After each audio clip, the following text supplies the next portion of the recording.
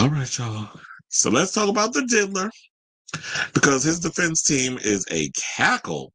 So yeah, they're leaning in hard that the music mogul was abusive towards his ex, Cassie Ventura. But now they're trying to say, well, he may have been abusive, but she was just as abusive as he was. Which I'm looking at it as y'all tried it because then y'all can say the same thing about Ike and Tina. I was putting paws all over Tina, and Tina was fighting back. So it was her fault. So it looked like y'all trying to victim blame, and I don't like that. So the Diddy trial kicked off this week, and his relationship with Cassie continues to be one of the most contentious parts of the whole process. Her allegations kicked the scandal off, and now the defense argues the story is not exactly what it seems. Now, per TMZ, prosecutor Emily Ann Johnson and defense attorney Mark Agnafilo had a discussion on day 4 of the trial in a New York City federal courtroom with Judge Aaron Subramanian. They discussed Sean Combs and his bond with Cassie Ventura. The bad boy mogul's defense claims that she was also abusive in their relationship.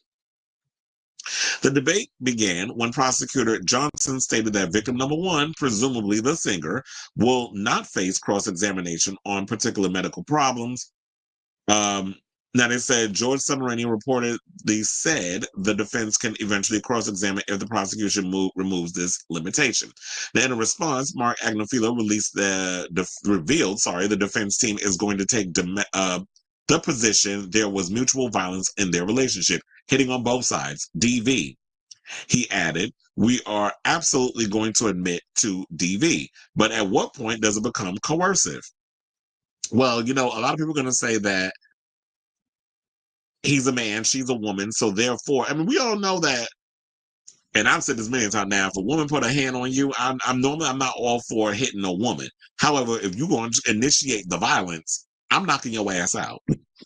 It's no shade. Turnabout's a fair game. But if you're going around trying to abuse and use your power over a woman because you have money, you were controlling this girl, you were a man of a certain age, you were pushing 40 when you met her, and that was like what? She was in, I think, her late teens, early 20s when she got with you. So the manipulation, the abuse of power, the fact that you went after her when she was already in a relationship with Ryan Leslie, and this overall control, holding her record deal over her head if she didn't submit to doing certain things. And I'm hoping that the other side brings this up. The power dynamic between the two. And how, yeah, at certain points, she probably was like, I'm tired of this ninja putting his goddamn hands on me. So I'm going to fight back.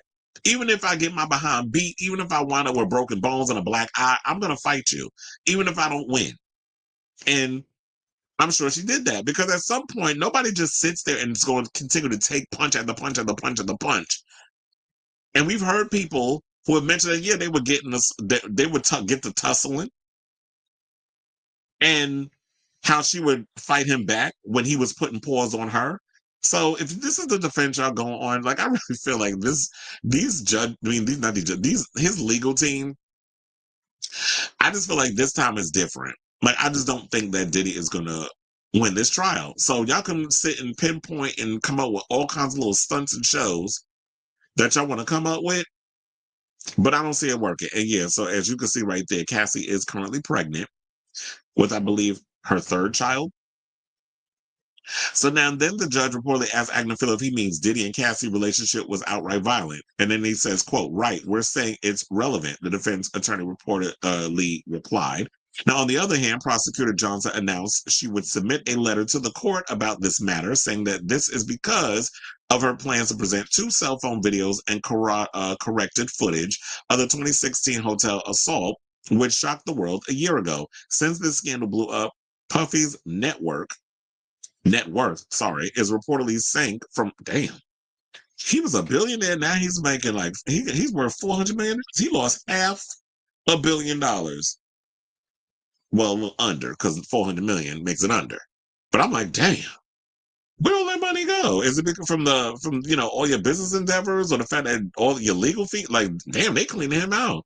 I wonder who got more money, him or Kanye? Because remember, once upon a time, Kanye was a billionaire too. Not so much anymore.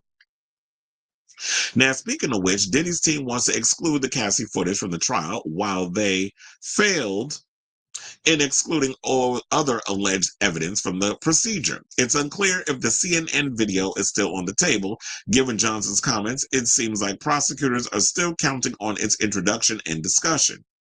Elsewhere in this legal whirlwind, Diddy's alleged victims are supposedly reconsidering their testimony. However, other aspects of the trial tipped more in favor of the prosecution's proposals. So there's no big wins or losses so far, just complex and difficult decisions and debates. And I do feel like this is a complex situation, although a lot of people will, I feel like, use the fact that he's older. He's a man, so your gender is definitely going to play a factor in this whole situation. And the power dynamic, the fact that here's this mogul dating his artist and the amount of control that he had over her and her endeavors over the decades, and the alleged threats that he put towards other celebrities who dared even get in relationships with her at the time that allegedly maybe they were broken up. Hence, Michael B. Jordan and Kid Cudi, the stories we heard about them. So, Diddler, I don't know. Your legal team, I see they trying to pull every stunt show, every kind of whatever they can come up with, but I don't see you winning this shit. So I say all this to say, damn, it's like I can't, I'm just tongue tied this whole damn thing. What do you guys think of this story in regards of Diddy's defense basically saying that it took two to tango, that they both wasn't so innocent when it came to their relationship, that he was putting paws on her and vice versa. I'm not buying it. I do feel like that it would have been a mutual relationship if Diddy wasn't so damn controlling and abusive, but that's the only way he knows how to deal with his emotions, apparently.